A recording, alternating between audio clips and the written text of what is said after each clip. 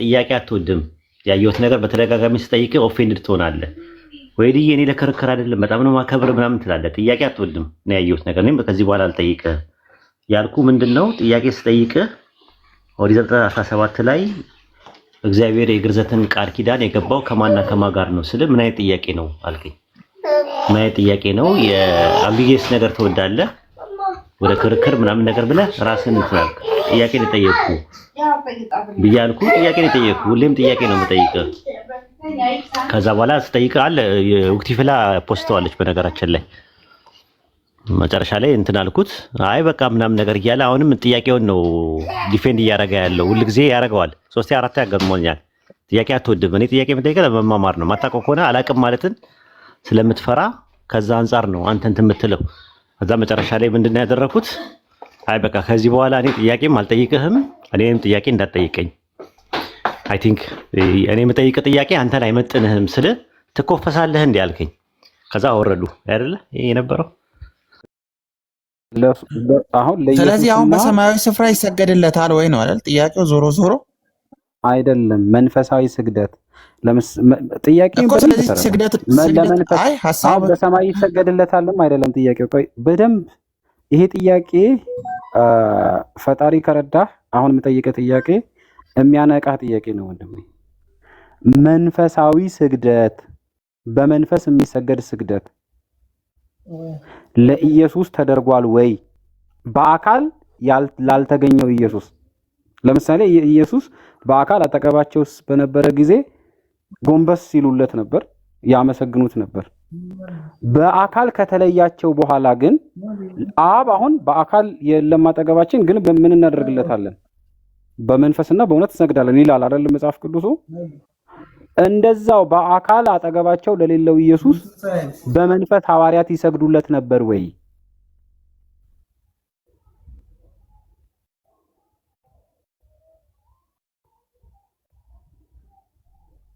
አላህ ጌቾ አለው። በአካል አጠገባቸው ለሌለው ኢየሱስ በመንፈስና በእውነት ሐዋርያት ይሰግዱ ነበር እኮ ይሰግዳል። ታዲያ ይሰግዳሉ እኮ። እስቲ አምጣ። ከእርገት በኋላ ሐዋርያት በኢየሩሳሌም ሆነው ለኢየሱስ ሲሰግዱ እንደነበር ይሄ ስግደት ለኢየሱስ ክርስቶስ በሰማይ ላለው ኢየሱስ እያሉ አሁን ለምሳሌ ለአብ ይሰግዱ ነበር። ለምሳሌ የሐዋርያት ሥራ ምዕራፍ 4 ላይ ወደ አብ እየጸለዩ ለአብ ይሰግዱ ነበር ሐዋርያት። ሐዋርያት ሥራ ምዕራፍ 4 ላይ ገብተህ ከቁጥር 17 ምናምን ገብተህ ብትመለከተው ፕሬ ያደርጋሉ ለአብ፣ እንደገና በመንፈስም ይሰግዳሉ። ለማን? ለአብ በብቸኝነት። ያንን ስግደት ለኢየሱስ ያደርጉ ነበር ወይ ነው ጥያቄው። በአካል ከሄደ በኋላ ከሌለ አለ፣ ከሌለ የለም፣ ካለ ደግሞ አሳየኝ ጥቅሱን እንደዛ ያደረጉበት እኮ። አልሰገዱለትም ታዲያ ለኢየሱስ ነው የምትለው አንተ? የለም ኢየሱስ ከእርገት በኋላ አንድም ስግደት ሐዋርያት አልሰገዱለትም እኮ። ዮሐንስስ ማን ነው ዮሐንስ?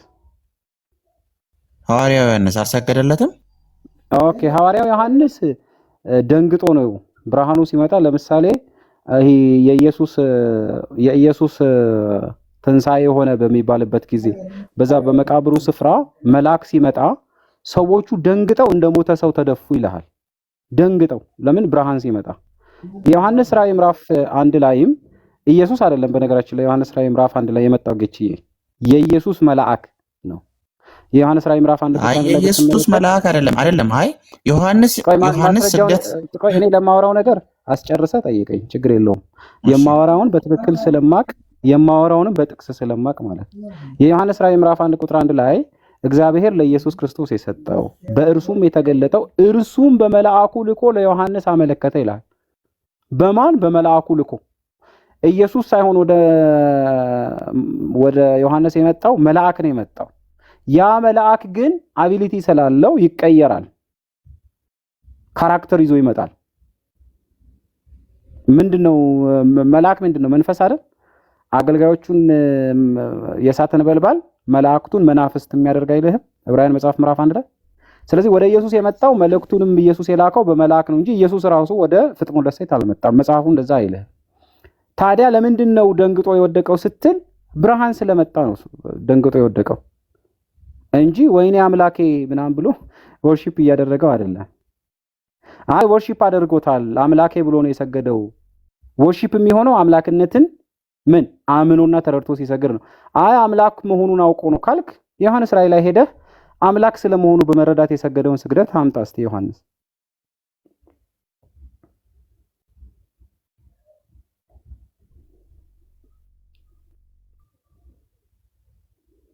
አለህ ጌቹ ነው አምላክ በመሆኑ አሁን በነገራችን ላይ አንተ መጽሐፉን እንድትረዳ ያስከው መጽሐፍ እንድትረዳ አንተ ልትጠይቀው በፈለከው መንገድ እየሄድኩልህ ነው። የቤቱ እኮ አሁን ቤሪ አሁን እኮ እያልክ ያለው የኔን ጥያቄዎች አልመለስክም እስካሁን።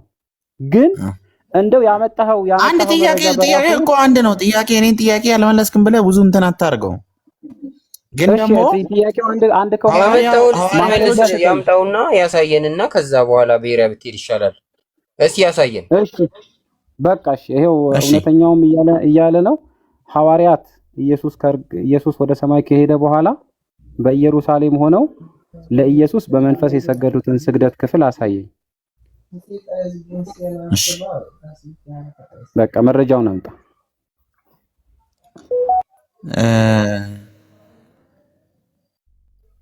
እሺ እንትን በል ጌች መረጃውን ስታመጣ ማይክን አንስተህ ስጠን። እሺ እስከዛ ሚት አድርገህ መረጃውን ፈልግ። አብዱ ሰላም አለይኩም።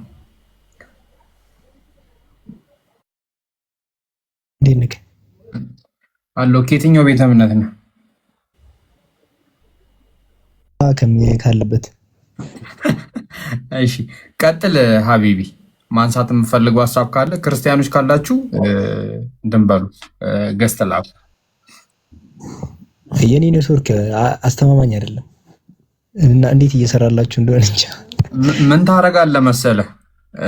ውጣና ከቲክቶክ ፍላይት ሞድ አድርገከው ላይክ ለ5 ሰከንድ ምናምን ቆይና እንደገና አብረተከው ተመለሰከና አሪፍ ይሆንላል።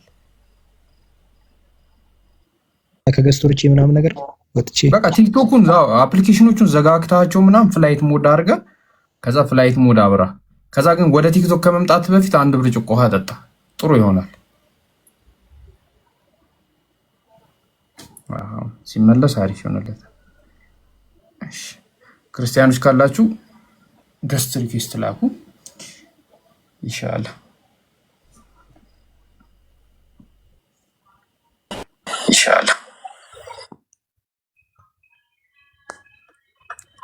ሰሚር ኢማም አንዴ ያ አሂ ሰላም አለይኩም። አለይኩም እኔ የኔ እናንተ እኮ አንድ ቀን እኮ በሰፊ መጫወት አለብን። እንደው እኔ ልመልስ በጣም ፍላጎት ነበር። ጃ አንተ ሳይገባ እኮ ነው ከክርስትና የወጣከው ምናምን ነገር ትለኛል። አይ ኪፉ ናችሁ ነው ኡስታዝ ወሂድ ገበያ አርጋችሁት ልጅ በትንታ ልገለኝ ነው። አጠገቤ ወንድም ያለ እንጂ ጀርባዬንም ቢሆን መጣጣኛ። ያ ቀን ማታ እኮ ግን አመቻችቼክ ነበር አመለጥክ እንጂ እንዴት እንደምታመቻች ስለሚገባኝ። ግን ያው ፈጣሪ ያዘጋጀው መንገድ ሲሆን ማምለጥ አትችልም። ያው ታውቃለህ እኔ ስለ ክርስትናና ስለ እስልምና እንትን ስል ክርስትና ሃይማኖት ላይ ያለው ነቢያቶችን ለመቀበል አምላክን ለመቀበል ኢቭን መጽሐፍ ቅዱስን ለመቀበል ያለኝን ስታንዳርድ ለእስልምና እንትን አልሉ በጣም ፌር አልነበር። እውነት የምሬን ነው የምልህ ማለት አስበው በባይብል ላይ ምን ያህል የነቢያቶች ስብና እንትን እንደተደረገ ማለት ነው።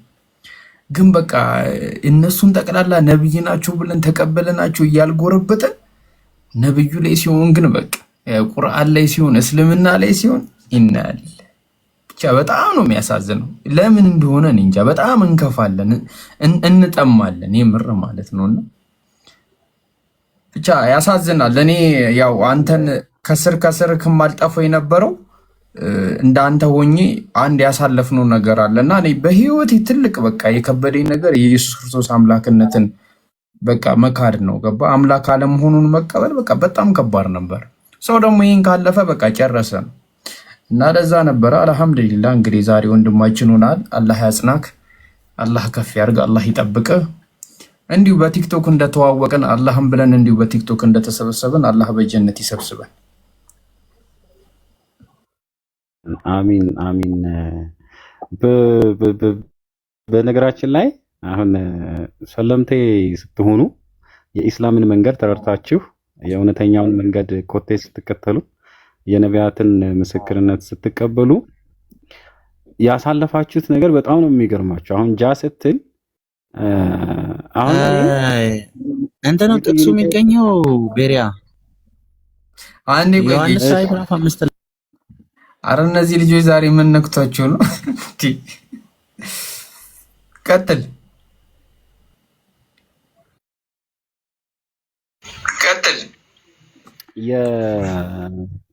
የትሪኒቲ አማኝ በነበርኩ ጊዜ ቀጥሎ ደግሞ ዩኒቴሪያን ክርስቲያን በነበርኩ ጊዜ ዩኒቴሪያን ክርስቲያን ከዛ በእነዚህ 3 ዓመታት ምናምን ነው የኢስላምን ቲቺንግ እንዳውቅ የተደረኩት ጃ ስለምታውቅ ማለት ነው እንዳውቅ ምናምን የተደረኩትና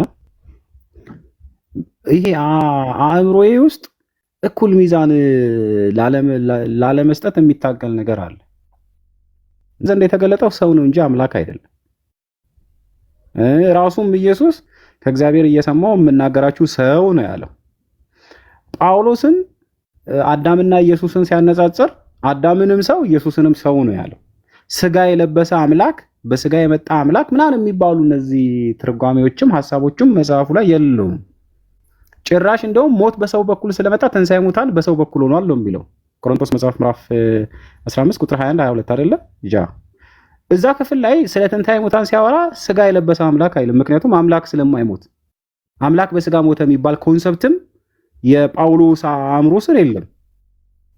አምላክ በስጋ ከሞተ የሞተ አምላክ አለ። አሁን ይሄ አካላዊ ነው ግብሩ፣ መለኮታዊ ነው ግብሩ ምናምን እንደዚህ ትርጓሜ ለመስጠት የሚሞክረው ነገር ብዙ ቢሆንም ማለት ነው ስለምታውቁት ብዙ ማርገም ስለማይፈልግ ግን ወደ ኢስላም ስመጣ ይሄ በእነዚህ ባለፉት 3 ዓመታት ላይ ጃዬ በቃ ይሄ ሚዛን አለ አይደለ? ይታገለኛል። እንደዚህ ደግሞ ወደ ኢስላም ሻሃዳ ሊይዝ 1 ወር ምናምን ሲቀር በቃ ማለት እንትን ሆንኩኝ እኮ ኩል ሆንኩኝ። ምን ሆኜ ነው ራሴ እላለሁ። የመጨረሻ ኩል ሆንኩኝ እና ይሄ እንትኖችን ምናምን ኩል ፈልጌው አይደለም በነገራችን ላይ ኩል ሆንኩኝ በቃ አይደል። እና ገባለው አንዳንድ ቤቶች ነው የምገባው ምናምን አሌክሶን ተከትዬ ነው ብዙ ጊዜ የሚሄደው ማለት ነው እሱም ስለሚያውቅ እና ሄዳለው። ከዛ ማን ነው ስሙ ጠፋኝ እና እዛ ቤት እና እንደው የኢስላምን መረዳት እውነተኛውን ምስክርነት ለሚታገላችሁ ሰዎች እና ወደ ትክክለኛው የነቢያት ምስክርነት ፈጣሪ ወደ አዘጋጀልን መንገድ ወደ መረጠልን ትምህርት ወደ መሰከርልን ምስክርነት ልባችሁን አስፍታችሁ አእምሯችሁን ተጠቅማችሁ መርምራችሁ ታምኑ ዘንድ ሚዛናችሁን እኩል አድርጉ።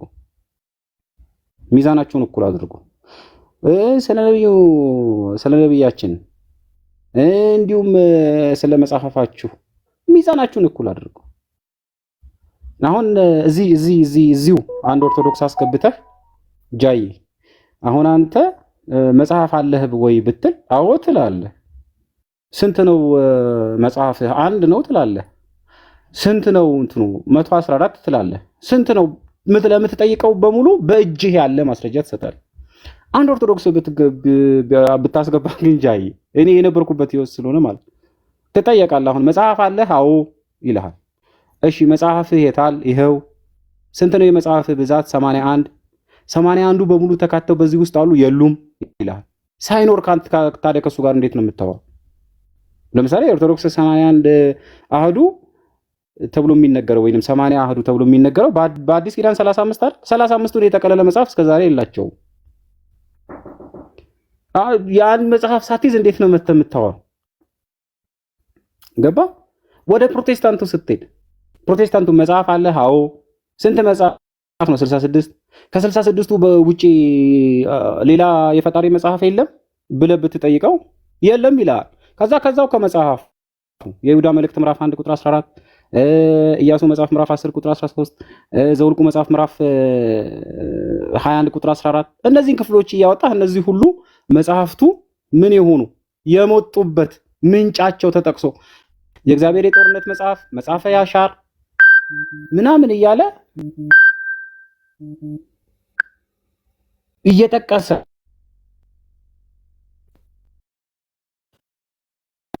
መጽሐፍቶችን እየጠቀሰ ያስቀምጥልሃል። ታዲያ ምንድን ነው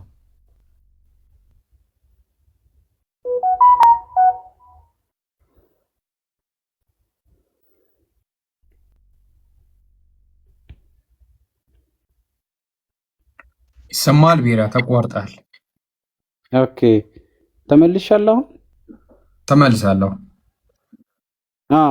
ስለዚህ የታለ መጽሐፍ ብለህ ብትጠይቀው አንዱን ፕሮቴስታንት አስገብተህ ከ66ቱ ውጪ የጠፉ ያልተገኙ ቀኖናና ቃለ ዓዋዲ ያልተሰራላቸው በጉባኤ ያልተመረጡ ያልተጣሉ ብዙ መጽሐፍቶች ከመጽሐፍ ቅዱስ ውስጥ ታሳያለህ። ይህንን ሚዛኑን ግን ለምን አያመጣውም? ለቁርአን አያመጣውም፣ ለኢስላም አያመጣውም። ይሄን ብቻ አይደለም እኮ ከመጽሐፍ ቅዱስ በፊት ስላሉ ታሪኮች ሲጠይቅህ አሁን ለምሳሌ ኢስላም ምን ይላል? ቁርአን አምላካችን ባወረደው ቃል ውስጥ ምንድን ነው የሚልህ? ከዚህ መጽሐፍ በፊት መጽሐፍ ልክ ነበር ብሎ ተውራት፣ ዘቡር፣ ኢንጂል ብሎ ያስቀምጥልሃል። ከዛ እነዚህ መጽሐፍቶች ግን አሁን ኤግዚስት እንደማያደርጉ ታሪኮቻቸው ግን እውነተኛ እንደሆኑ ከፈጣሪ የወረዱ እንደሆኑ እና መልእክቶቻቸውም ለነቢያት የተሰጠ እንደሆነ ኢስላም ይመሰክርልሃል። ይሄንን ነገር ምን ብለው ይጠይቀዋል? መጽሐፉን አምጣ ይልሃል።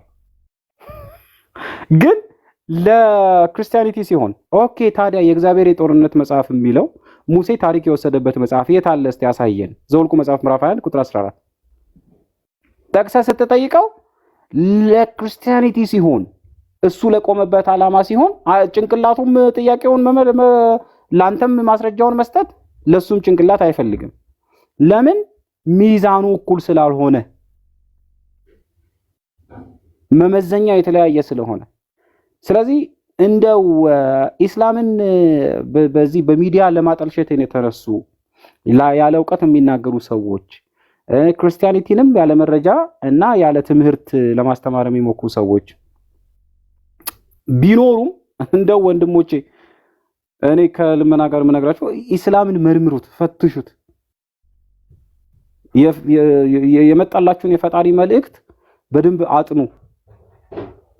ቁርአንን፣ ተፍሲራቶችን፣ ሐዲሶችን ሰዎች በተናገሯችሁ ሳይሆን ትልልቅ ኡስታዞች አሉና ቤተ መጻሕፍትም ይሆኑ ጠይቁ። በጣም ሃምብል በመሆን በመማር የምሬን ነው የምላችሁ።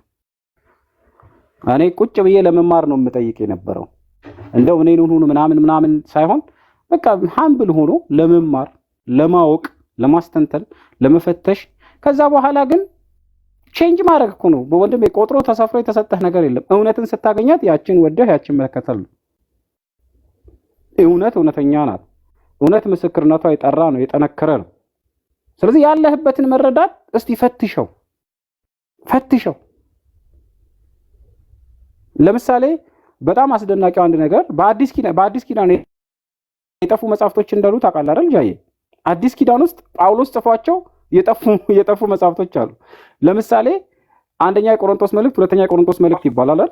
ሶስተኛ የቆሮንቶስ መልእክት ነበረ እኮ የለም። ይሄ ብቻ አይደለም።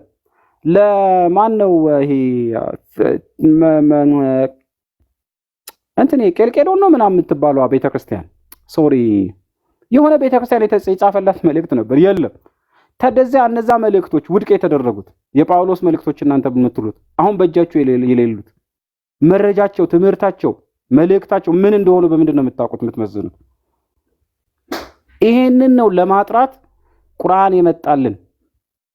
ፈጣሪ ቁርአንን ሲልክ እነዚህ የተቀመጥንበትን ውጥንቅጥና የተምታታንበትን መንገድ በሙሉ ለማጥራትና መሰረቱ እውነተኛ በሆነው መሰረት ላይ እንድንታነጽ በነቢያት መንገድ ላይ እንድንቆም ነው። እና እንደው ከልመና ጋር ነው ስላበዛው በጣም ይቅርታ ጃዬ። አልহামዱሊላህ ለማንኛውም ሙስሊም ላደረገኝ የእውነተኛውን መንገድ እንድከተል ላደረገኝ አምላክ ማለት ነው። እሺ ጀዛከላህ አላህ ይጠብቅ። አላህ ሁላችንን የሚያጽናን። ጌች ጥቅስን ስጥና ዮናታ ገብቷል ትቀጥላላችሁ። ጥቅሱን ያገኘውን ጥቅስ ስጠውና እንትን በሉ ቶሎ ቶሎ እንትን እያለ እንሂድ። እሺ ወጣል አብዱ ቀጠል በቃ አብዱ። እሺ ጃ ትከፍታለህ ወይስ እኔ ልክፈት? ከፍተልሃለሁ ችግር የለው። እሺ ዮሐንስ ራእይ ምዕራፍ 22 ቁጥር 8 እና 9ን መጀመሪያ ክፈትልኝ። 8 እና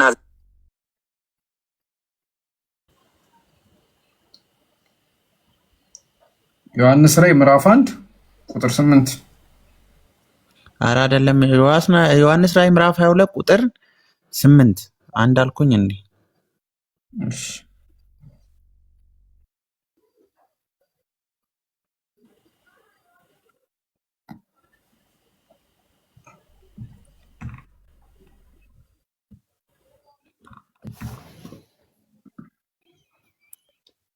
ስለዚህ ሐዋርያቶች ሰግዶለታል ወይ ለሚለው ይኸው አንድ ሐዋርያ የሰገደለት ማለት ነው። ለኢየሱስ የሰገደ ማለት ነው። ይህም ያየሁትና የሰማሁትም እኔ ዮሐንስ ነኝ። በሰማሁት ባየሁም ጊዜ ይህም ባሳየኝ በመልአኩ እግር ፊት ሰግድ ዘንድ ተደፋሁ ይላል። ስለዚህ እዚህ ጋር ሰገደ መልአኩ ፊት፣ ግን ደግሞ አትስገድ ብሎታል። ስለዚህ ስግደት ለኢየሱስ እንደሆነ ያሳያል። ስለ መልአኩ መች ጠየቀው?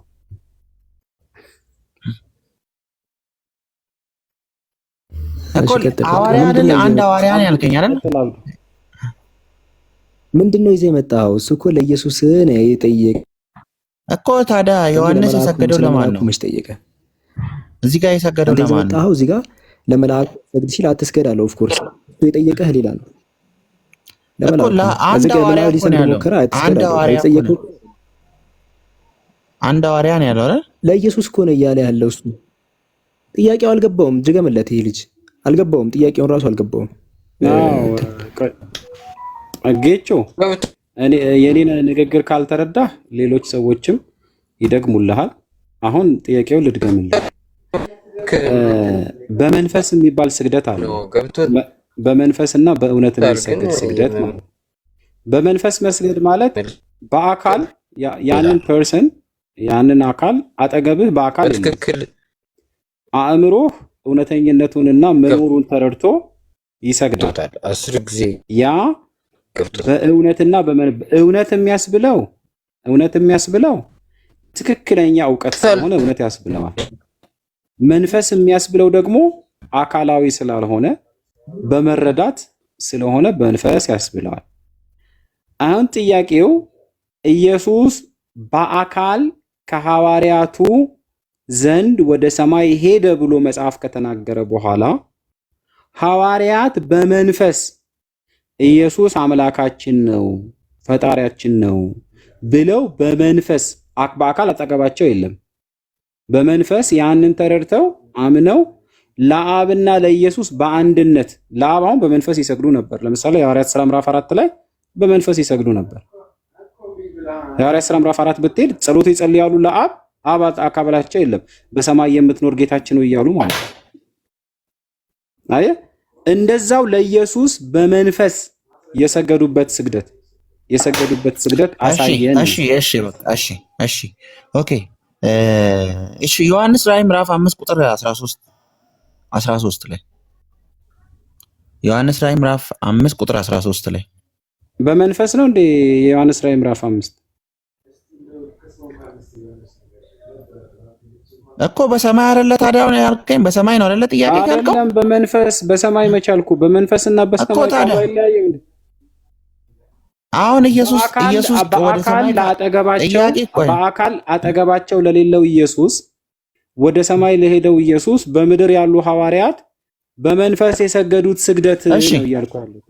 እሺ ከፈተው። እሺ በቃ ዮሐንስ ራእይ ምዕራፍ 5 ቁጥር 13ን ከፈተው። እሺ ሐዋርያት በመንፈስ እየሰገዱበት የነበረ ነው ዮሐንስ ራእይ ምዕራፍ 5 አዎ እሺ፣ ቁጥሩን ለምን እሺ አከፍተውም? ቁጥሩ ይከፈትና ከዛ እኔ ሐሳቤን ጃዬ አስረዳለሁ። አንዴ ጃዬ የዮሐንስ ራዕይ ምዕራፍ 5 ቁጥር 13ን ስግደቱ የሐዋርያት እንደሆነና ስግደቱ በመንፈስ እንደሆነ ማስረጃውን እንዲያሳይ ይከፈትለት እስቲ። ወረዳ 13 ላይ ጃ 13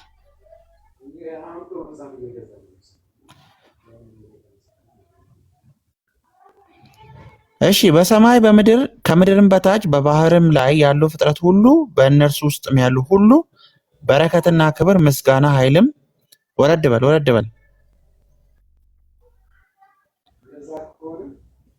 ከዘላለም እስከ ዘላለም በዙፋኑ ላይ የተቀመጠው ለበጉም ይሁን ሲሉ ሰማው አለ። ስለዚህ እዚህ ጋር አሁን ሐዋርያቶች እዚህ ጋር ሰግደውለታል አልሰገዱለትም? የት አለ እዚህ ጋር የሐዋርያት ንግግር እንደሆነ? ሐዋርያት ይሄን ጊዜ ሞተዋል እንደ የሞተ እንኳን ሐዋርያ የለም እኮ። ይሄም እኮ ሐዋርያቶች አሁን ሐዋርያቶች በዚህ ውስጥ አይካተቱም? ቆይ በመጀመሪያ ደረጃ እያወሩ ያሉት በዙፋኑ ላይ ለተቀመጠው እኮ ዙፋኑ ላይ የተቀመጠው በግ ማን ነው? በጉ የተባለው ማን ነው? ኢየሱስ ነው አይደለ? አይ እዚህ ጋር ሁለት አካላት ነው የሚያወራው ወንድሜ። አንድ እኮ አብም አለ ያው። አዎ አብና በዙፋኑ ላይ የተቀመጠው ሚልህ አብን ነው። በጉ ሚልህ ደግሞ በግ ተብሎ የተጠራው ኢየሱስ ነው። ኢየሱስ በአካል እዛ ቆጭ ብሎ ነበር፣ ቆሞ እዛ ጋር ማለት ፊት ለፊታቸው። ይሄ የመንፈስ ስግደት አይደለም የሚባለው፣ የአካል በአካል እዛ እያዩት ነው። አሁን እኔ የመንፈስ ስግደት ነው የጠየቅኩ። የመንፈስ ስግደት ማለት በአካል አይደለም። ቆይ አይደለም፣ በአካል አሁን እነዚህ የሚሰግዱለት አካል ታገዱለት። እሺ እነዚህ የሚሰግዱለት አካል ያሉት በሰማይ ነው። ኢየሱስም እንደው ሐሳቡን እንድትረዳ ነው። የክፍሉን እውነት እንዲህ ነው ብዬ አላብራራም። ጥያቄን ተረድተህ እንድትመልስ ብቻ ነው። ወይስ ጥቅሱ ላይ አለ እንዲሰገድ የሚል ነገር ከናካቴው? የለም አብዱ፣ እንደው ሐሳብን እዚህ ጋር እውነትን ተረድቶ እንዲወጣ ሐሳቡን ብቻ እዚሁ ክፍሉ ላይ ያለውን ሐሳብ እንኳን ላሳየው ብዬ እንጂ ክፍሉ ላይ ሰገዱ የሚል ነገር የለም። ቁጥር 13 ላይ ታዲያ ስለ ስግደት አያሳይም? ሰገዱ የሚል የለም ሳይሆን ይሄ ስግደት ያሳያል አያሳይም? ቆይ አሁን በመጀመሪያ ደረጃ ስለ ስግደት ያሳያል አያሳይም ሳይሆን እሱን አልጠየቅህም። እንድትረዳ እዚህ ክፍል ላይ በጉ በአካል አጠገባቸው ነው ወይንስ አይደለም? በአካል አጠገባቸው ነው ወይንስ አይደለም? እኮ አጠገባቸውማ ታዲያ በመንፈስ ማለት እኮ በአካል የለም ማለት ነው። የመንፈስ ስግደት ማለት ምን ማለት ነው? ባላየበት ቆይ ሰገድ በሰማይ ያሉ ፍጥረታት ሁሉ ሰገዱለት አለ። ስለዚህ ሐዋርያቶች የመንፈስ ስግደት ኢየሱስ የዮሐንስ ወንጌል ምዕራፍ 4 ላይ በመንፈስና በእውነት የሚሰግዱበት ጊዜ ይመጣል አሁኑ ሆኗል ሲል የመንፈስ ስግደት ማለት ምን ማለት ነው? እኮ የመንፈስ ስግደት ማለት ከልባችን ሆነ የሚሰግዱለት ማለት ነው። ከልባቸው ሆኖ መስገድ ማለት ነው። ወይ ደግሞ ከውስጥ ሆኖ በመንፈሳቸው ሆኖ መስገድ ማለት ነው። በውስጥ በመንፈስ የሚሰገድ ስግደት ማለት ነው የመንፈስ ስግደት ማለት እንጂ ስጋን ዝቅ ማድረግ የመንፈስ ስግደት አይደለም እኮ። እሱም የስጋ ሁለቱንም ነው የሚያካትተው። ስለዚህ ስግደት እኮ ከተባለ አሁን በምታነሳው ነገር ቤሪያ ስግደት ከተባለ እኮ ሁለቱንም ያካትታል እኮ። ጥሩ አሁን እሺ ለምሳሌ እኔ አሁን ለምሳሌ በምታነሳው እሺ እንትን እናርገውና እንትን እናርገውና ቆይ አንተ አሁን እዚህ ጋር ቆይ አንዴ ቆይ እኔ ሐሳብ ተረድተህ እንድትወጣ ነው የምፈልገው። ኢየሱስ ዮሐንስ ወንጌል ምዕራፍ 4 ላይ ያቺ ሳምራዊት ሴት ምን አለች? እናንተ በኢየሩሳሌም ስገዱ ትላላችሁ፣ እኛ ግን ስግደት በገሪዛን ተራራ። በገሪዛን ማለት ሳምራውያን የሚባሉ አካላት የሚሰግዱበት ቦታ አለ። ሳምራውያን ማለት ከአሕዛብ ጋር ዲቃላ ሆነው የተወለዱ አካላት ማለት ነው። ገሪዛን በሚባል ሌላ እንትን ውስጥ ሐሳብን ብቻ ነገር የመንፈስ ስግደት እሺ፣ ሐሳብን ብቻ ነገር ጥያቄው ስላልተረዳህ ኢየሱስ የተናገረውም ንግግር የዮሐንስ ወንጌል ምዕራፍ 4 ላይ ኢየሱስ የተናገረው ንግግር እንኳን አልገባህም ገና። የኔ ጥያቄ አይደለም፣ ኢየሱስ የተናገረው ንግግር አልገባ እንዲገባህ ነው። አይ ገብቶኛል። እሱን እኔ አታስረዳኝም፣ እሱን ችግር የለውም፣ እሱን አታስተምረኝም ባል አሁን ሐሳብን እሺ ቆይ ሐሳቤን ልጨርስ። ኢየሱስ የዮሐንስ ወንጌል ምዕራፍ 4 ላይ በኢየሩሳሌም አይደለም በገሪዛም ተራራም አይደለም ለአብ በመንፈስ ትሰግዳላችሁ ሲል ቦታ የማይወስነው ወሰን ወይንም በመረዳት ትሰግዳላችሁ እያላቸው ነው ወይንስ ስለ ልብ ስግደት ነው እየመለሰላት ያለ? ስለ ሳምራዊቷ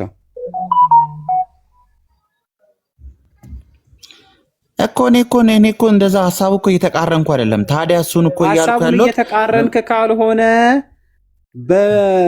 በልብም ይሁን በምንም ይሁን ሐዋርያት ኢየሱስ ወደ ሰማይ ከሄዱ በኋላ በምድር ሆነው ሐዋርያት ኢየሱስ ወደ ሰማይ ከሄደ በኋላ በምድር ሆነው እነሱ በመንፈስ ለኢየሱስ የሰገዱትን ስግደት አሳየኝ። ከሌለ የለኝም በለኝ።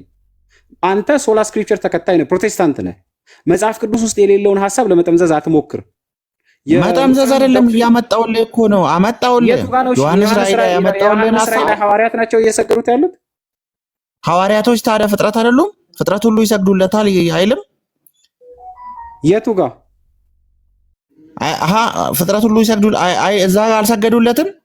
የዮሐንስ ራእይ ላይ ጃ ከፈተውሽ በል። የዮሐንስ ራእይ ላይ ቆመ። እሺ በል። የዮሐንስ ራእይ ላይ ፍጥረቱ አሁን እሺ፣ ይሄ ለኢየሱስ አልተሰገደም ነው? ለበጉ አልተሰገደም እዚህ ጋር ትላለህ? ስክሪኑን ክፈተው። አልተሰገደም ነው የምትለው? እሺ ምንድን ነው የሚልህ ክፍሉ? እሺ አንብበው። ይሄው ራስ አንብበው እኮ በረከትና ክብር ምስጋናም ኃይልም ከዘላለም እስከ ዘላለም በዙፋኑ ላይ ለተቀመጠው ለበጉም ሁሉ ሰማው ይላል። ሰገዱ የሚል ቃል አለ 14 ላይ መጨረሻ ላይ ምንድን ነው የሚለው? አራቱም እንስሶች አሜን አሉ፣ ሽማግሌዎቹም ወድቀው ሰገዱ። እሺ ሽማግሌዎቹም ወድቀው ሰገዱ ይልሃል። ሽማግሌዎቹም ወድቀው ሰገዱ የሚለው ቃል ግሪኩም እንግሊዘኛውም ያስቀመጠው ለአብ እንደሆነ ነው። ኢየሱስን አይጠቀልልም ስግደቱ። እሺ አራቱ እንስሶች የተባሉት እነማን ናቸው? አራቱ እንስሶች ማለት የእግዚአብሔርን ዙፋን የሚሸከሙ ኪሩቤል የሚባሉ ፍጥረታት አሉ፣ ከመላእክት ዘውግ የተለዩ። ስለዛ ላብራራልህ። አራቱ እንስሶች በሰማይ ሁለት ፍጥረታት አሉ። ቆይ ስማ፣ በሰማይ ሁለት ፍጥረታት አሉ በክርስቲያኒቲ ቲቺንግ። አንደኛው መላእክት ይባላሉ፣ ሁለተኛው አገልጋዮች ይባላሉ። የዕብራውያን መጽሐፍ ምዕራፍ 1 ላይ ሄደህ ማየት ትችላለህ። አገልጋዮቹን የእሳት ነበልባል፣ መላእክቱን መናፍስት የሚያደርግ ይልሃል። አገልጋይ የእሳት ነበልባል የሚደረጉ የተባሉት ከእሳት ድንጋይ ከቡላል ድንጋይ ወይንም ከፊታቸው የተለየ 4 ፊት ኖሯቸው የተፈጠሩ ፍጥረታት አሉ። ስማቸው ኪሩቤል፣ ሱራፌል፣ የእሳት ድንጋይ፣ የእሳት ነበልባል ተብለው ይጠራሉ። እነዚህ ፍጥረታት 4 ፊት አላቸው። አንደኛው እንስሳ ይመስላል፣ አንደኛው ወፍ ይመስላል፣ አንደኛው አንበሳ ይመስላል፣ አንደኛው ንስር ይመስላል። እነዚህ 4 ፍጥረታት ዙፋን ተሸካሚ ይባላሉ። ስራቸው ምንድነው? ዙፋን መሸከም ብቻ ነው። አገልጋይ የተባሉበትም ስልጣን የተሰጣቸው ከዛ አንጻር ነው መጽሐፍ ቅዱስ ሲያስተምርህ ማለት ነው። ስለዚህ አራቱ እንስሶች የተባሉት 4 እንስሳ የተባሉት እንደ መላእክት ቅርጽና ይዘታቸውን ስለማይቀይሩ ነው። በምን አስተምህሮ? በመጽሐፍ ቅዱስ አስተምህሮ። ምንድናቸው? ፍጥረታቸው ሲጀመር ቅርጽ የማይቀይር ነው። እና ከነዚህ ፍጥረታት አንዱ በመጽሐፍ ቅዱስ ትምህርት ወይም በክርስቲያኒቲ ትምህርት ይሄ ማን ነው? ሳጥናኤል ተብሎ የምትጠሩት እናንተ ከነዚህ ፍጥረታት አንዱ ነበረ።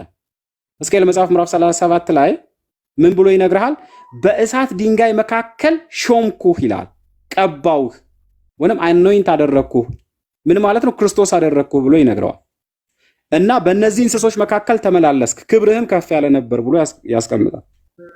ስለዚህ እነዚህ 4 እንስሶች የተባሉት ቤሪያ ቆይ አሁን አንተ 4 እንስሶችን ያልካቸው ዙፋን ተሸካሚ ፍጥረታት ናቸው። ጌች አንተ 4 እንስሶች የተባሉት እነማን ናቸው? አሁን እኮ እሺ 4 እንስሶች የተባሉት እነማን ናቸው ታውቃለህ? ትክክል ነህ እኮ እኔም እሱን እኮ እቀበላለሁ። እሱን ያልከውን ሐሳብ እኮ ጥሩ። እነዚህ 4 እንስሶች ከአብ ውጪ ሰግደው ያውቃሉ? ይሄው በመጽሐፍ ሲናገር እኮ ደግሞ የተናገረ እኮ በበጉ ይሰግዱ። ይሄ አማርኛውን ትርጉም ባለመረዳት እያወራህ ነው። ግሪኩና እንግሊዘኛው ለአብ በብቸኝነት እንደተሰገደ ነው የሚናገረው ወንድሜ። እሺ ቆይ አሁን እኔ በቃ የኔ አንደርስታንዲንግ ስህተት ነው። ቆይ የኔ አንደርስታንዲንግ መጽሐፉ ነው የሚታየው። ጃይ እንግሊዘኛው ላይ አድርገው። አይ አይደለም። እኔ በማውቀው በ4 እንስሶች እኔ በማውቀው አንደርስታንዲንግ እና አንተ በነገርከኝ አይደለም። እኔ ትንቢተ ዳንኤል ምዕራፍ 7 ላይ ያለው ነው 4 እንስሳቶችን የሚለውን ትርጉም አንደኛው እንስሳ አንበሳ ነው። ምንድነው ስራቸው?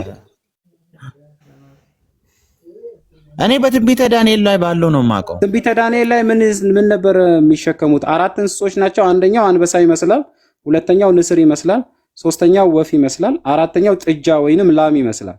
እነዚህ አራቱ እንስሳት ኦርቶዶክስ በአጋስተ ስላሴ ብላ በምትጠራው ፒክቸር ላይ አስቀምጣቸዋለች። ጥግ ጥግ ላይ ማለት ነው። ስላሴ የሚባለውን ስዕል ካየህ አንደኛው ጥጃ፣ አንደኛው አንበሳ፣ አንደኛው ምንድነው ይሄ ንስር፣ አንደኛው ሰው ይመስላል።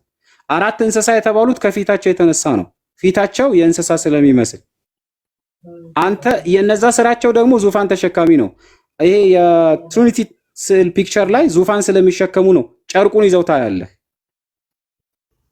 ፈጣሪ ወይንም ትሪኒቲ የተቀመጡበትን ጨርቅ ማለት ነው። ሄደ ፒክቸሩን በደንብ ቆይ አሁን እሺ ቤሪያ አሁን ጥያቄው አራት እንስሳ ምንድነው? አንተ እሺ እዚህ ጋር ለአብ ነው ቆይ በጉ የተባለው አብ ነው እያልከኝ ያለው ምዕራፍ 5 ቁጥር 14 ላይ ለበጉ የተሰገደ ስግደት ሳይሆን እንግሊዘኛውም ግሪኩም ስግደቱም ለአብ ብቻ ይሰጣል። ነገስታቶች ናቸው። አራቱ እንስሳዎች ነገስታቶች ናቸው። እሺ ባረር ችግር የለውም። ጌች ምዕራፍ 5 ቁጥር እዚህ ጋር አንተ እዚህ ጋር ለምን አንዴ ስማኝ ምዕራፍ 5 ቁጥር 14 ላይ የተሰገደው ስግደቱ በብቸኝነት ለአብ እንደተሰገደ ግሪኩም እንግሊዘኛውም ያስቀምጥልሃል። ጃ ከፈትለት እንግሊዘኛው እኔ እንግሊዘኛው አለኝ። እሺ እኔ እንግሊዘኛው አለኝ።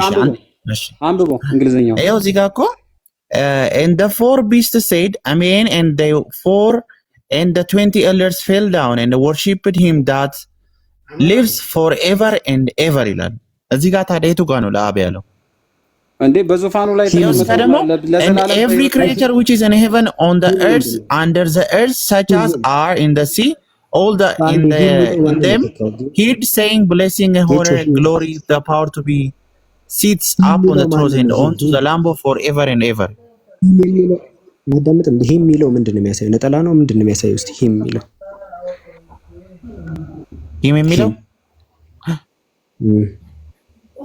ምንድነው? በእንግሊዝኛ ሂም ሲባል ምንድነው የሚገልጸው? ነጠላ እኮ ፐርሰኑን ነው የሚያሳየው እኮ ሂም ፕሮናውን እኮ የምን ነው? የነጠላ ነው ሁለትን የሚያሳየው አንድን የሚያሳየው? ሲያንተ በእንግሊዝኛው ነው አላነበብከው አይደል? ሂም የሚለው አንድ ነጠላን የሚያሳየው ብዙ ነገርን የሚያሳየው ወርሽ አሁን ስታነብ እንግሊዝኛውን ስታነብ አሁን ድጋሚ አንብበው እስቲ ስታነብ ሲተካ ምንድነው ሂም የሚለውን የሚያስቀምጠው አይደል? the four beasts amen and the four and the 20 elders fell down and worshipped him ሂም አይታል ነጠላ ነው አይታል ሂም የሚለው ስለዚህ ወርሺፕ ዘም አይደለም ገባ ሂም ነው የሚለው ሂም ለነጠላ ነው የምንጠቀመው ሲንጉላር ነው። እሺ ስለዚህ አንተ አሁን በጉን አስገብተህ ነው ያነበብክ ያለው በጉና እንደ አንዱ ፐርሰን አስቦት ነው እኮ እዚህ ጋር እኮ እያስገባ ያለው አብዱኪ እዚህ ጋር እንደ አንዱ ፐርሰን ካሰበው ትክክል ነው እኮ እንደ አንድ ፐርሰን አስበው እንደ አንድ ፐርሰን ሂም እያለ የምን ማሰብ ነው የምታወራው? ጌቾ ለምንድን ነው ማሰበው ሂም የሚለው አንዱን ፐርሰን አስገብቶት እኮ ነው። ምክንያቱም በጉ የተባለው ቆይ አንዴ ከቅርታ ጋር ለምንድን ነው ማሰበው? የተጻፈ ጽሑፍ እያነበብኩኝ አስቡ ይለናል እንዴ? አንድ ሲደመር አንድ ሁለት አስበው እኮ አስበው ሐሳቡን የኮንቴክስቱ የባይብሉ ኮንቴክስት እንደዛ ነው። ሰብስበህ ገደል አስቀምጠው። አንዴ ጌቾ ሐሳብን አስቀምጥና ገደል አስቀምጥና ግራመር ነው የሚነገረው። የኔን ሐሳብ እኮ አይደለም እያልኩ ያለው አብዱኪ፣ የኔን ሐሳብ እኮ እያልኩ አይደለም ያልኩት የኔን ሐሳብ እያልኩ ሳይሆን ኮንቴክስቱ እንደዛ ነው።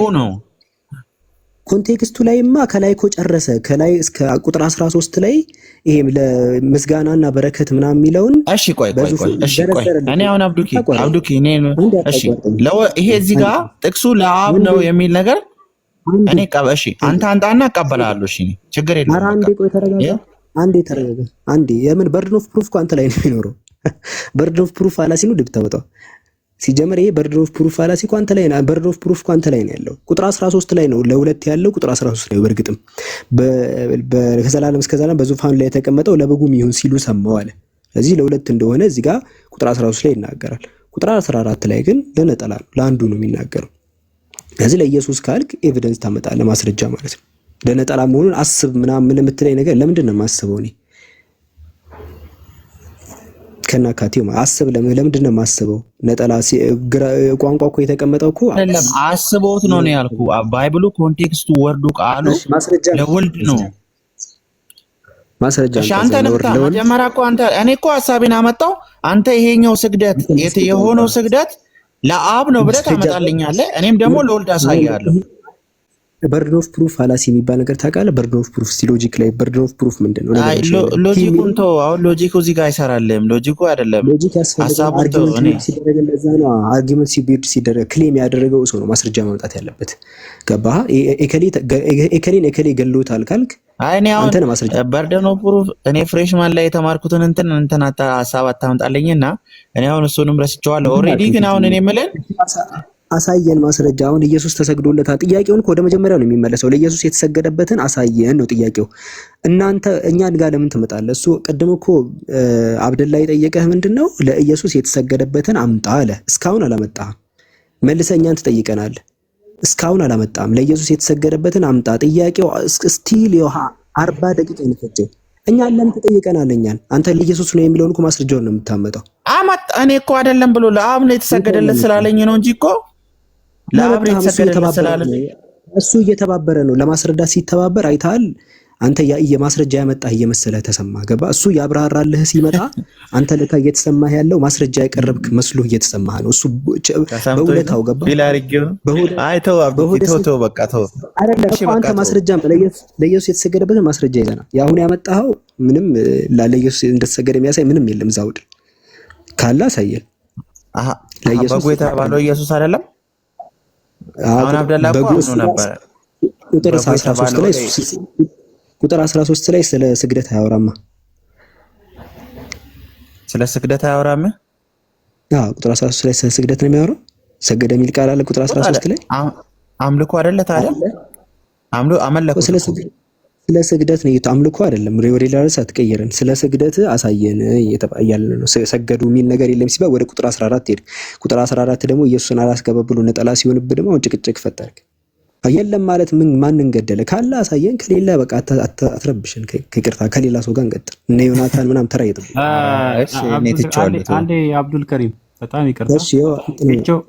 እሺ እንዴ ይሄንን የለም ካላችሁ ሼም ነው። አብዱል ግልጽ የሆነ ስግደት አንዴ እውነተኛው ሚውት አድርግ። የለም ካላችሁ እሺ ሚውት አድርግ። በመጀመሪያ የተነሳንበት ፖይንት ምንድነው? ይሄ ዘወትር ጸሎት ላይ በዘወትር የሚጸልዩት ጸሎት ላይ ምንም ይላል?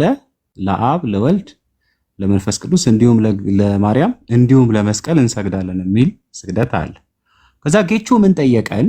እንዴ ልክ ናችሁ እኮ እናንተን እንደግፋለን አለ። ከዛስ እነሱ ለመላእክት ለቅዱሳን ለክርስቶስ ለተሰቀለበት ሚስት ለሚሰግዱት ስግደት ለስዕል ይሄ ሁሉ ስህተት ነው አለ።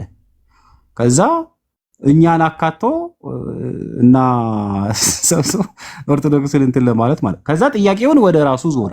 ምንድነው ጥያቄው? ለኢየሱስ በራሱ በመንፈስ የተሰገደ ስግደት አለ ወይ? ለምሳሌ የዮሐንስ ወንጌል ምዕራፍ 4 ላይ ለአብ በመንፈስና በእውነት እንሰግዳለን ይላል። ለራሱ ለኢየሱስ እናንተ ከአብ እኩል ለምታደርጉት ፕሮቴስታንቶች ለራሱ ለኢየሱስ በመንፈስ የተሰገደ ስግደት አለ ወይ? ኤክስፒሪየንስ ሲያደርጉ ሲተገብሩት አለ ወይ? መጽሐፍ ቅዱስ ውስጥ የለም። በሁለተኛ ደረጃ ትእዛዝ አለ ወይ?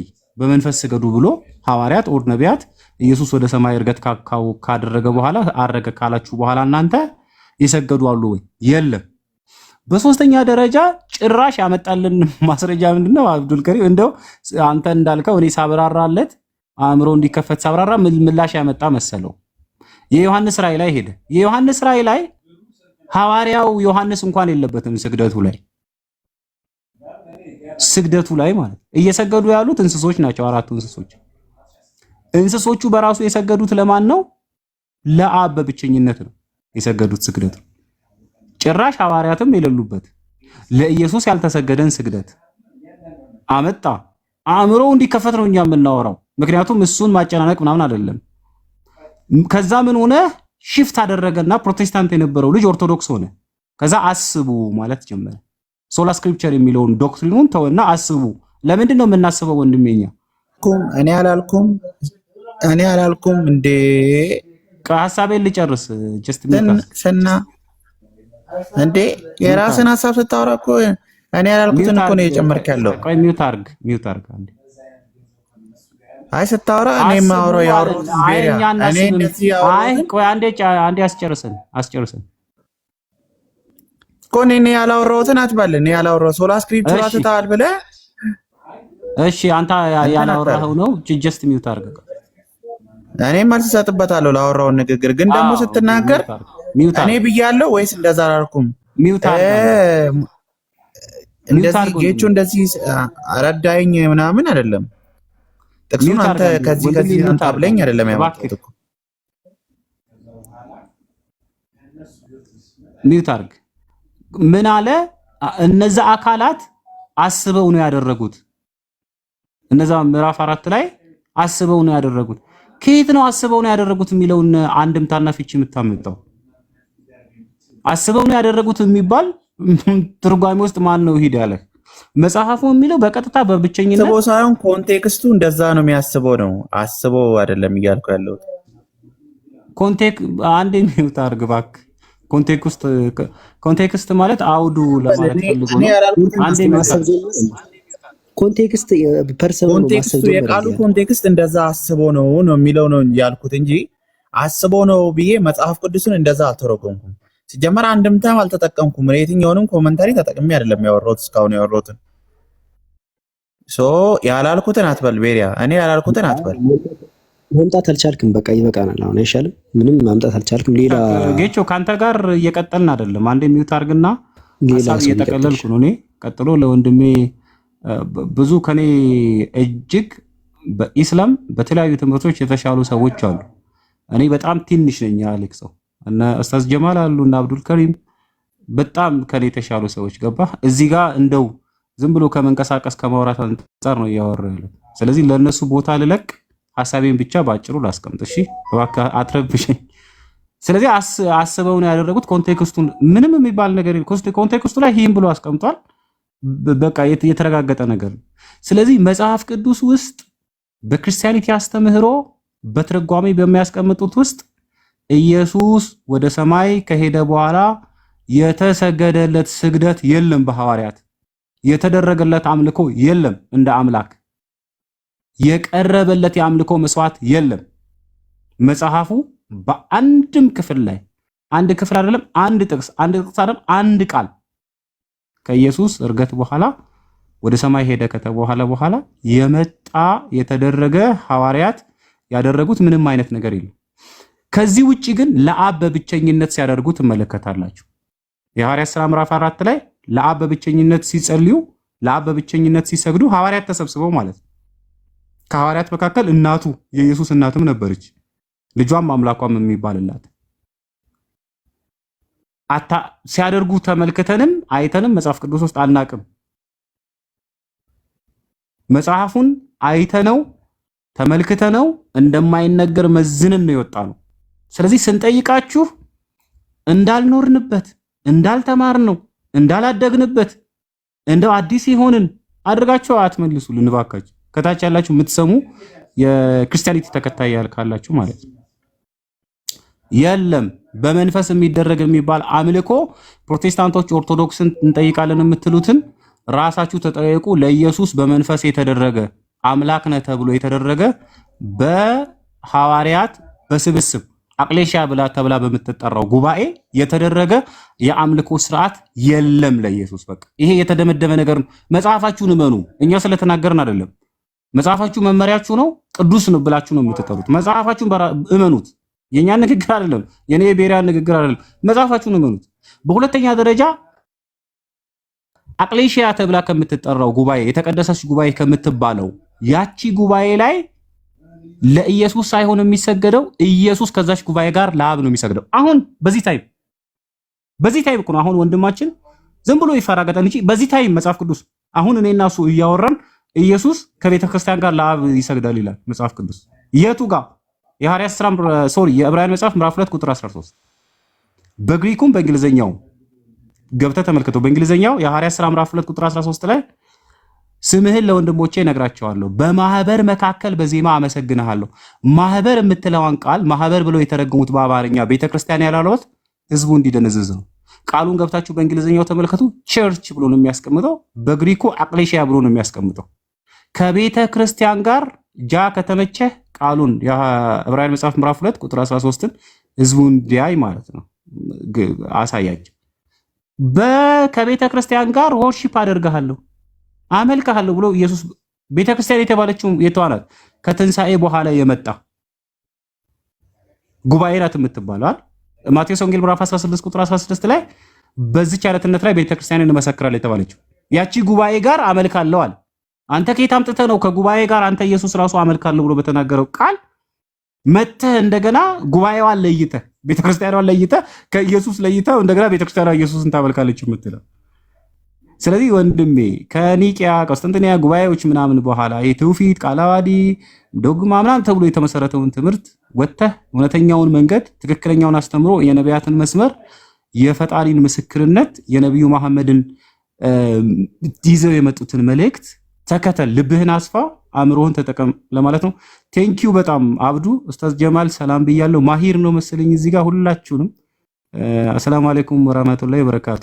ዝም ልበል።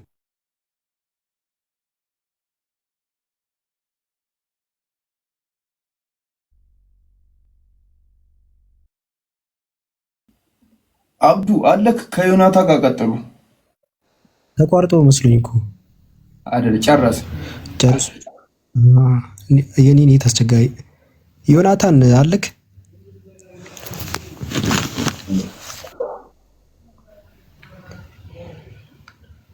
እንዴት ናችሁ? ሰላም ሰላም፣ እንደምን አመሸክ? እግዚአብሔር ይመስገን። እንዴት ናችሁ? እሺ፣ ሐሳብ ላይ ትቀጥላለህ ወር?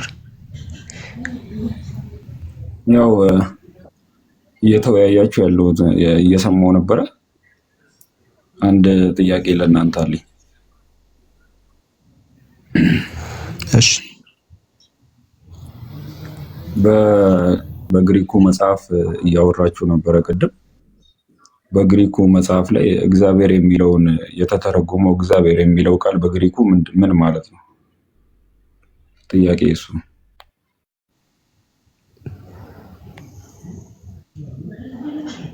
ቴዎስ ነው የሚለው የግሪክ ቃል። ቴዎስ ከሆነ ኢየሱስ ደግሞ ቴዎስ የተባለበት ቦታ አለ። ላውጣልህ? አውጣልኝ። ወንጌል ምዕራፍ 20 ቁጥር 28።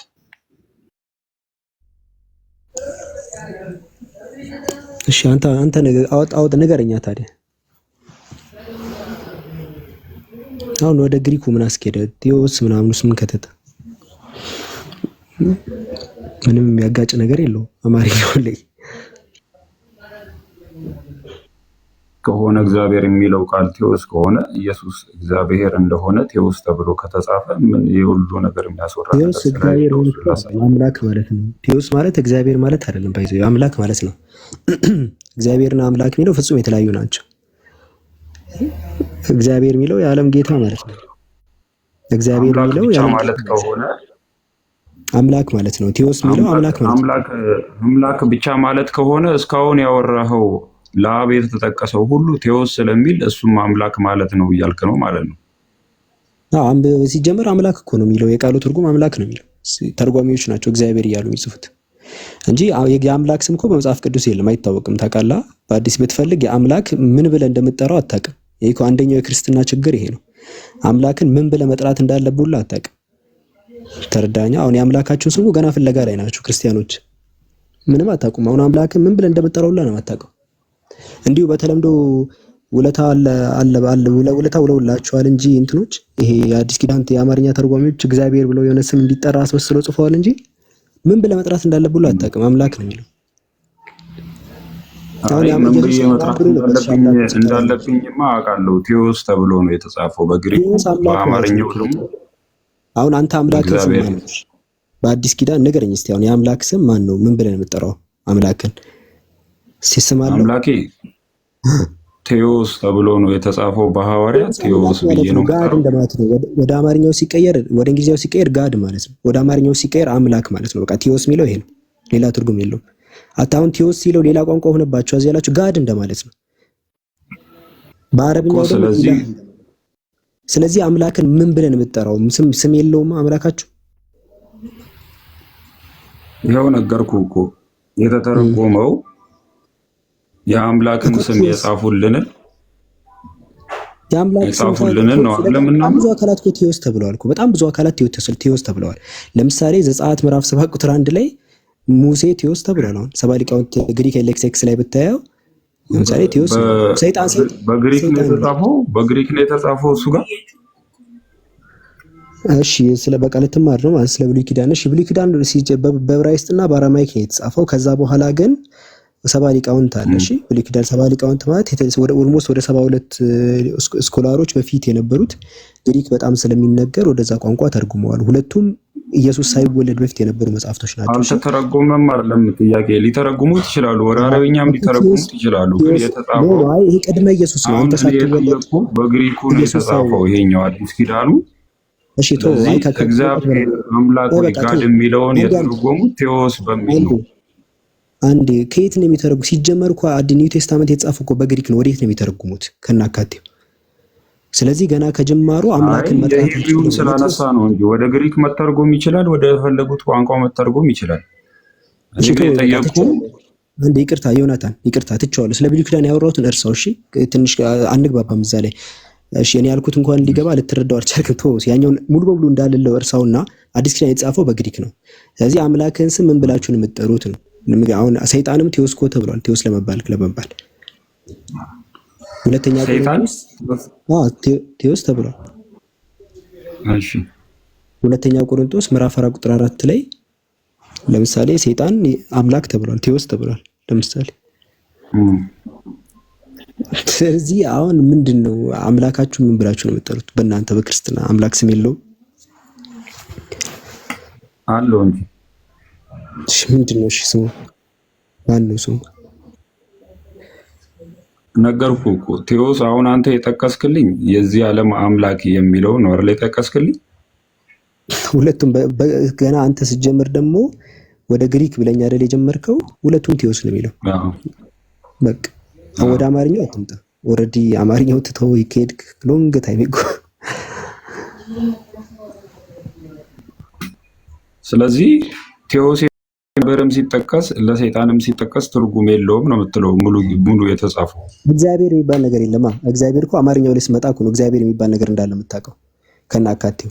እግዚአብሔር ብለህ እኮ ውለታ ውለውልሃል ተርጓሚ ይቻልኩ እኮ ለዛ ነው እግዚአብሔር ብለህ እንድጠራ ይሁን አዲስ ስም በራሳቸው ሰጥተውሃል እንጂ አሁን ወደ ግሪክ ሄድን እኮ እናንተ ወደ ግሪክ ሄድን።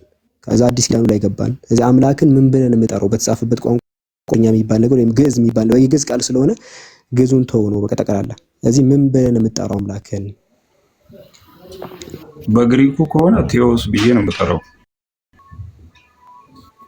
አምላክ እያልክ የምጠራው ነው?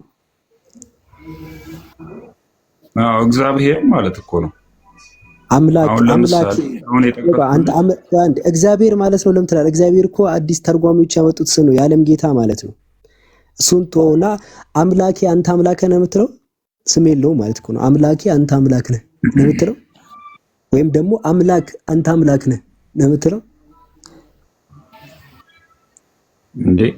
አሁን እግዚአብሔርን እኮ እንደዚህ ብለህ እግዚአብሔር አትበል ዮናታን፣ እግዚአብሔር አትበል። እግዚአብሔር የሚባል ነገር የለም። ጨረስን። ለምንድነው ካፍ እግዚአብሔር የሚለው ቃል የለም? እግዚአብሔር የሚባል ነገር የለም። የመጽሐፍ ቅዱስ መዝገበ ቃላት ላይ የዓለም ጌታ ማለት ነው በግዕዝ የግዕዝ ቃል ነው ከናካቴው። በቃ ወደ መጀመሪያው ቋንቋ መጣን እኮ። እግዚአብሔር ብለህ ምንም አትጥራ፣ በቃ አትጠቀም ቃሉን ከናካቴው። እሺ ምን ልበል? እኔም እኮ ምንድን ነው የምትለው የሚለውን እኮ እየጠበኩኝ ነው እኮ ነገርኩህ እኮ። በአማርኛ ከሆነ ቶ አማርኛም ራሱ አይሆንም። ቶ እንደውም ብትክ ስሙን ነው የምፈልገው። አምላካችሁን ማነው ስሙ? እኛ አላህ ብለን ነው የምንጠራው አምላካችን። ገባ? አንተ ምንድን ነው? ለምሳሌ አላህ ነው አምላክ፣ ኢላህ ነው አምላካችን ደግሞ አላህ ነው። ገባ? እናንተ አምላካችሁን ማን ብለን ነው? የአምላክ ስም ምንድን ነው? አይሁዶችን ብትጠይቃቸው እኛ ያህዌ ብለን ነው የምንጠራው ይሉሃል። ገባ? ወይ ያህዌ ይሉሃል፣ የተለያዩ ስሞችን ሊነግሩ ይችላሉ። እሱ ራሱ ያን ያህል ችግር ወደዛ ነው። እናንተ ቋንቋ ነው እንጂ እኮ ግዴታ ስሙ ነው ማለት እኮ አይደለም እኮ አይ ስሙ እንደዛ ነው ያህዌ ይላል። ስም ለሙሴ ለምሳሌ ያለና የሚኖር እኔ ነኝ ብሎታል። ለምሳሌ የተለያየ ነገር እንደዚህ በዚህ ስም ማን አለ ልበላቸው ምናምን ሲል ያህዌ ጀሆቫ ምናምን ይላል። ዘጸአት ላይ ለምሳሌ ዘጸአት ላይ ለሙሴ እንደዛ ብሎታል። ገባ ዘጸአት 3:13 ላይ ሙሴም እግዚአብሔርን እነሆ እኔ ወደ እስራኤል ልጆች መጣሁ፣ አባቶች አምላክ ወደ እናንተ ላከኝ ምናምን ስሙስ ማን ነው ባሉኝ ጊዜ ምን እላቸዋለሁ አለ። ስሙ ማን ነው ባሉኝ ጊዜ ምን እላቸዋለሁ። ስለዚህ ስለ ስሙ ያለና የሚኖር ወይም ደግሞ ችግር ያለና የሚኖር ባይዘው ያህዌ የሚለው እኛ ጋር ወደ ቁርአኑ ላይ ብታመጣው አልሐይ የሚለው ነው። አልሐይ ማለት ዘ ኤቨር ሊቪንግ ነው። እኛም ጋር የአምላክ ስም ነው አልሐይ ባይዘው። እነሱ እንትን የጆይሽ ኢንሳይክሎፒዲያ ላይ የተለያዩ የነሱን እንትን ትርጓሜ ምንድነው ያህዌ የሚለው ብለህ ብትጠይቃቸው ያለና የሚኖር ማለት ነው ብሎ ነው የሚያስቀምጡት። እዚህኛ አልሐይ ብለን የምንጠራው በቃ ተስማመን እዚህ ላይ ገባ። እናንተ ክርስቲያኖች ደግሞ ምንድነው ስለብስም ብላችሁ አምላክ ከናካቴው ተገልጧል። እናንተ ጋር እኮ አምላክ ቶታሊ እንዳልተገለጠ አንደኛው ምስክር ይሄ ነው። አዲስ ኪዳን ላይ ቶታሊ አምላክ የሚባል ነገር የለም። ጠቅላላ ከአምላክ ምንም አይነት ኮኔክሽን እንዳሌላችሁ ትልቁ ማስረጃ ይሄ ነው።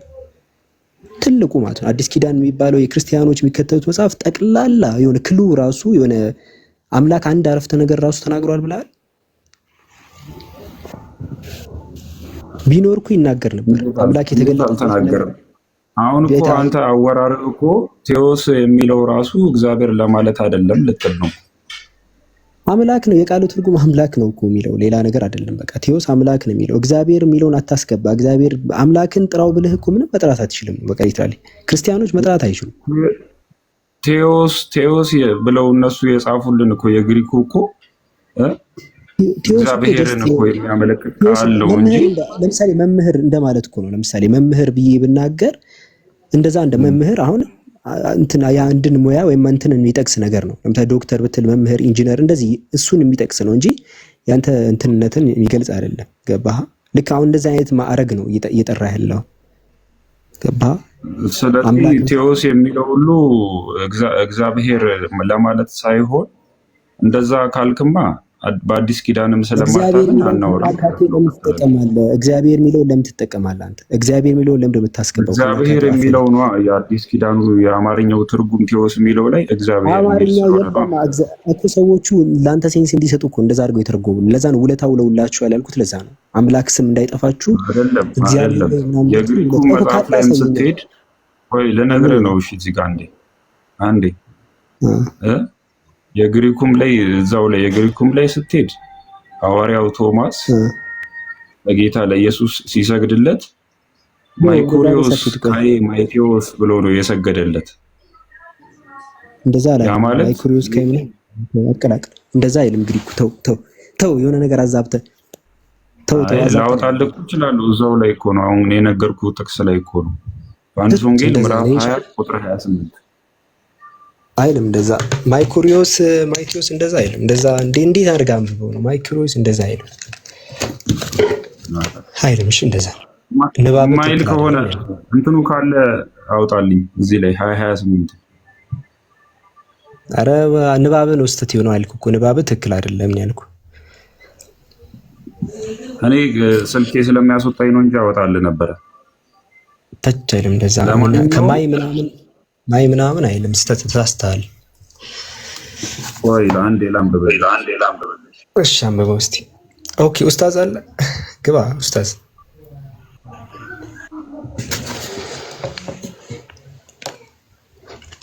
ኢንቫይት ላድርገው።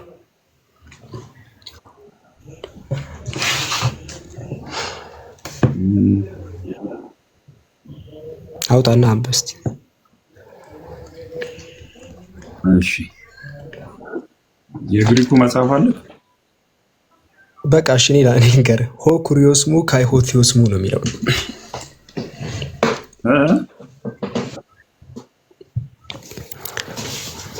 አስታወስከው? እንደው እንደዛ ብዬ ላንብብልህ። እሺ ቀጥል፣ ወደ ሐሳብ ግባ። በቃ የግሪኩን በቃ እሱ ሆ ኩሪዮስሙ ካይ ሆቲዮስሙ ተወሱን ሐሳቡ ላይ ግባሽ። ኢየሱስን ወደ ሐሳቡ ግባሽ።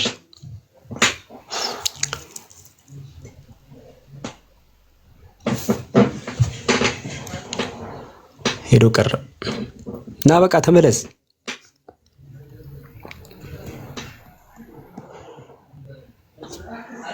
እሺ ሌላ ማን አለ? ክርስቲያን ካለ ቀጥል። ጃ አሳጠረኝ እኔን አሳንደኝ። ባላርን እስቲ ተዋወቀው። ባላርን ተዋወቀው። በጣም የምትግባቡ ይመስለኛል። በጣም ጸዴ ልጅ ነው። ባላር እንዴት ነህ? ሀይ ብያለሁ። አይ እንዴት ነህ? ሰላም ነው አሉ። አማን ነው። ሁላችሁንም ሰላም ብያለሁ። ጠፋክ እኮ አለው። ትተኸኝ ነው እንጂ አለሁኝ እኔ። ባይዘው ምን ሼር አደርግልሃለሁ። አትመጣም። ባይዘው ከታች ካለው ልጅ ጋር ድምጻችሁ ይመሳሰላል። አንድ አይነት ነው የምመስሉኝ ሁላ። ሉሲ ማን ነው የሚባለው? እስቲ የራስን ድምጽ ያሰማክ። ማን ነው?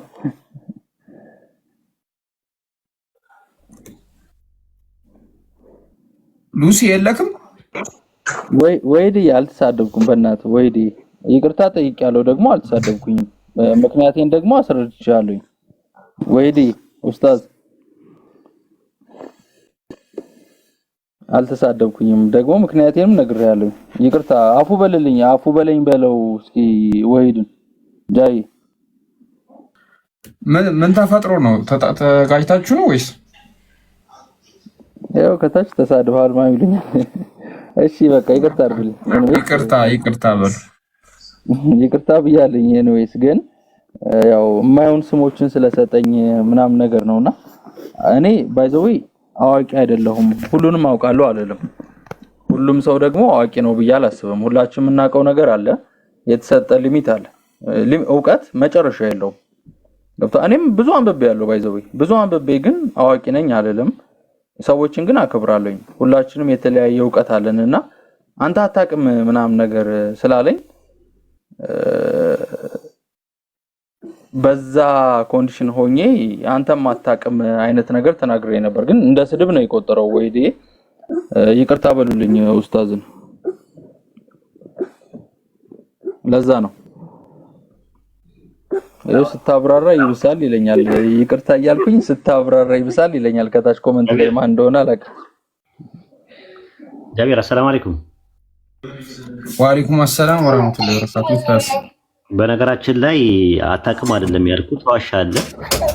ደግሞ አታውቅም አይደለም ያልከኝ ተዋሻለህ ማለት ነው። ያልከውን አስታውስና ከዛ እኔ ያልኩትንም አስታውስ ከፈለግ። አታውቅም አይደለም የተባልከው ወይ ይቅርታ በቃ በሌላ ስትዋሽ ደግሞ የባሰ ደግሞ እንትን ይሆናል። ውሸት ጥሩ አይደለም፣ ሐራም ነው። ለአንተም ጥሩ አይደለም፣ ለስብዕና አይመጥንም። እንደዛ ነው ሳይሆን የተባባልነው። ጥያቄ ተጠየቅ። ጥያቄ አትወድም። ያየሁት ነገር በተደጋጋሚ ስጠይቅ ኦፌንድድ ትሆናለህ። ወይድዬ እኔ ለክርክር አይደለም በጣም ነው ማከብር ምናምን ትላለህ። ጥያቄ አትወድም ነው ያየሁት ነገር። እኔም ከዚህ በኋላ አልጠይቅህ ያልኩ ምንድነው ጥያቄ ስጠይቅህ ኦሪት ዘፍጥረት 17 ላይ እግዚአብሔር የግርዘትን ቃል ኪዳን የገባው ከማንና ከማን ጋር ነው ስለ ምን አይነት ጥያቄ ነው አልከኝ። ምን አይነት ጥያቄ ነው? የአምቢጌስ ነገር ትወዳለህ ወደ ክርክር ምናምን ነገር ብለህ ራስን ትላልክ። ጥያቄ ልጠየቅኩ ብያልኩ ጥያቄ ልጠየቅኩ። ሁሌም ጥያቄ ነው የምጠይቅህ። ከዛ በኋላ ስጠይቅህ አለ ወቅቲፍላ ፖስተዋለች በነገራችን ላይ መጨረሻ ላይ እንትን አልኩት። አይ በቃ ምናምን ነገር እያለ አሁንም ጥያቄውን ነው ዲፌንድ እያደረገ ያለው። ሁሉ ጊዜ ያደርገዋል። 3-4 ያገርሞኛል።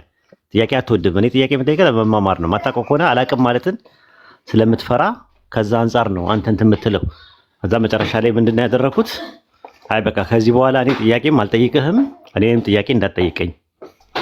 አይ ቲንክ እኔ የምጠይቅ ጥያቄ አንተን አይመጥንህም ስለ ትኮፈሳለህ እንዴ አልከኝ። ከዛ አወረዱ አይደለ ይሄ የነበረው እኔ ያልኩ የኔ ጥያቄ አንተን አይመጥንህም ያልኩት ምንድነው? በቃ አትወደውም አትፈልገውም ማለት ነው ነው የኔ እንትን። አንተ ደግሞ ትኮፈሳለህ እንዴ ምናምን ስትል አወረዱ። የማውቀውን ነገር መልሳለሁ። ግን አንተ ምን አነሳ? የሆነ ጸጉሩን የሚጠቀልል ልጅ አለ አንድ አይሁዳዊ ምናምን ነገር ከሱ ጋር ባወራ በጣም ይሻለኛል፣ እንዲያውም እሱ ብዙ ነገር ያውቃል ምናምን ነገር ስትል ለዛ ነው እኔ ኦፌንድ ነው የሆንኩት። ማለት እኔ አዋቂ ነኝ እያልኩ ሳይሆን አይሁዳውያኖች ያውቃሉ ነው። እሱ ቆይቷል እኮ አንድ ላይ አይደለም የተነጋገርነው። እሱ በኋላ ላይ ነው፣ እሱ በፊት የተነጋገርኩት ነው። ግን መጀመሪያ ላይ ያልኩ ምንድነው በቃ የኔ ጥያቄ ምናልባት አንተን አይመጥንህም። ዛት ሚንስ አይመጥንህም ማለት በቃ እኔ የምጠይቅ ጥያቄ ላትወደው ትችላለህ፣ አይጥምህም፣ በቃ ቶ ነው ለማለት የፈለገው። ትኮፈሳለህ እንዴ ምናምን ብለህ ሌላ ነገር መናገር ስትጀምር ያው አውረዱ ማለት ነው። ለማንኛውም እኔ ያልኩት ምንድነው ከዚህ በኋላ ስትመጣ ነው፣ አይ ችግር የለም ይቀጥላል። ከዚህ በኋላ ስትመጣ ከሌሎቹ ጋር ትወያያለህ ገስት ላይ። እኔ ግን ጥያቄ አልጠይቅህም፣ ጥያቄም አልጠይቀኝም። ከኔ ጋር ካልተግባባ ከሌሎቹ ጋር መግባባት ትችላለህ ነው ፖይንት። አሁንም ቢሆን እንደዛ ነው። እኔ ይቅርታ ብትለኝም ችግር የለውም እቀበለዋለሁ። ግን ለወደፊቱ ጥያቄ አልጠይቀኝም፣ ጥያቄም አልጠይቅህም። እንደማንኛውም ሰው ገስት ላይ ስገባ ከነ ጃቢር ጋር ከነ አብዱልከሪም ጋር ከሌሎችም ጋር ሰዎች ማውራት ትችላለህ። እኔ ግን ምንድነው 3 4 የሞከርኩ ጥያቄ በተለያየ ቀን ጥያቄ ስጠይቅ ኦፌንድድ ትሆናለህ እና ጥያቄ ስምጠይቅ ላፋጠጥ ምናምን አድርገህ እንደዚህ አይነት ስትረዳኝ አየውና በቃ ተውኩት ማለት ነው። ማለት ከጥያቄው ይልቅ አንተ ነህ ለኛ ኢምፖርታንት። ሰው ነው መጀመሪያ የሚቀርበው ማለት ነው። ጥያቄው ሊቀርም ይችላል፣ የግድ አይደለም ራሱ። እሺ ኡስታዝ ነው ለማለት ፈልግ። ልክ ነው ኡስታዝ። ሰላም ልበለው። እሺ እሺ። ሰላም አለይኩም ወራህመቱላሂ ወበረካቱ። ሀቢቢ አብዱልከሪም ሰላም ነኝ ያለሁ። እንዴት ነህ? ቅድም ሆሞሌቲክስ እና ሄርሜኔቲክስ የሚባል ነገር አለ። ሄርሜኔቲክስ የስነ አፈታት ጥናት ነው እና ሆሞሌቲክስ ምንድነው? የሶጂሲስ ያደርጋሉ ቃሉ ላይ የሌለ ነገር ጨምሮ። ዮሐንስ ወንጌል 20:28 ቶማስ ጌታዬና አምላኬ ብሎ ሰገደለት ይላሉ ሰዎች። ከየት እንደሚያመጡት አላውቅም። ራሱ ጠቅሶ መለሰለት ነው የሚለው እንጂ ሰገደለት የሚል የለም። እና ብዙ ሰዎች ሲያወሩ ሰምቻቸዋለሁ። ቶማስ ጌታዬና አምላኬ ብሎ ሰገደለት ይላሉ እና ከየት እንደሚያመጡ ሁልጊዜ ጥያቄ የሚሆንብኝ ነው። ማን ነው እንደዚህ ያሳሳተው? የኢትዮጵያን ሕዝብ በአጠቃላይ ክርስቲያንን ማን ያሳሳተው የሚል ነገር ሁሌ ጥያቄ አለብኝ። ቶማስ ጌታዬና አምላኬ ብሎ ሰገደለት የሚል ቃል የለም ዮሐንስ ወንጌል 20:28 ላይ እና እሱ ገርሞኝ ነው። እሺ መቀጠል ትችላለህ ጃቢ። እሺ ኡስታዝ ሰላም አለይኩም በድጋሚ። ወአለይኩም ሰላም ወራህመቱላሂ ወበረካቱ። እንትን ቫላርን እኔ ማለት አይ ቲንክ እንተዋወቃለን ከኔ ጋር። እሺ ዮና ትገባለህ። እሺ ላይክ 1 ደቂቃ እና ቫላር ያጠፋውን ጥፋት አለ። በቃ እኔ በሱ ስም እሱም ይቅርታ ጠይቋል፣ እኔም ይቅርታ እኔ ዋስ ሆነዋለሁና ኮመንትም ኡስታዝም ይቅርታ በጣም ለሱ እኔ ተስፋ ስላለኝ አንድ ቀን ኢንሻአላህ ይሰልማል። ከሱ በላይ በጣም አስቸጋሪ ሰዎች አሉ። አዎ እኔ ደግሞ ምንድነው መሰለህ የምፈራው ምንድነው አልመች እንዳልለው ነው። ምክንያቱም እኔ ጥያቄ እጠይቃለሁ ስናወራ አይተህ ከሆነ ጥያቄ የምጠይቀው ሙስሊሞችን እጠይቃለሁ አንዳንዴ ለመማማር። አሁን ቀደም አንተ ስትገባ ዮሐንስ ወንጌል የቱ ጋር ነው ያለው ጥቅስ ምናምን እንትኑን ለማሳለጥ ስንፈልግ በጥያቄ መልኩ ነው የሚያደርገው። አንዳንድ ሰዎች ደግሞ ኔጌቲቭ ላይ ከተረዱት ማለት ሰዎቹ ይበልጡብኛል ለእኔ ከጥያቄ ይልቅ ማለት ነው። ምክንያቱም ተከባብሮ መኖር ይቻላል እና ከዛ አንጻር ነው ያልኩት። እሱ ጥያቄ እንትን የማይለው ከሆነ እኔ ምንም ችግር የለብኝም። ራሱ አይቶት እንትን ብሎት ሲገባው የኔ አካሄድ ሲገባው ማለት ነው። እኔ ጠንከር የምልበትም ሰው አለ፣ በጣም ደግሞ ልዝም የምሆንበትም ሰው አለ እና እኔ ለሱ እርግጠኛ ነኝ ጠንከር ያለ ነገር እንትኖችን ለማድረግ እንደዛ ለማምታታት ለማደነጋገር ምናምን አልተጠቀምኩም ብዬ አስባለሁ። ኤኒዌይ ችግር የለውም ተቀብያለሁ። በቃ ወርጃለሁ። እሺ ይሻል። አላህ ይጠብቅ ኡስታዝ። እንትን ኮመንት ላይም አትናገሩት እሺ። በቃ ያለፈ ነገር ስለሆነ ላይክ ፍሬንድ ነው ከኔ ጋር ፍሬንድ ስለሆነ ላይክ እንደኔ ይዩት። አንዳንድ ያለ መግባባት ይፈጠራል እንትን ነው እና ደግሞ በጣም ኢጎን የገደለ በጣም ዳውን የሆነ ሰው ነው። ይቅርታ ለመጠየቅም ከሰው ጋር ለመግባባትም ችግር ያለበት ሰው አይደለም እና እኔ እንዲህ ፐርሰናሊ ማጣት ብቻ ሲሆን አካባቢ ላይ ላጣቸው ከማልፈልጋቸው ሰዎች ውስጥ አንዱ ነው ማለት በሱ ተስፋ አለኝ። ገባችኋ? በሌለኝ ብር ነው ብር አውጥቼ ጀለቢያ ገዝቼ ቁጭ ብዬ የጠበኩት ያለ አብዱ ቀጥሉ። በቃ እኔ አሁን አብዱ 1-2 ሰዓት የለውም ተኝቻለሁ። ተጫወቱ።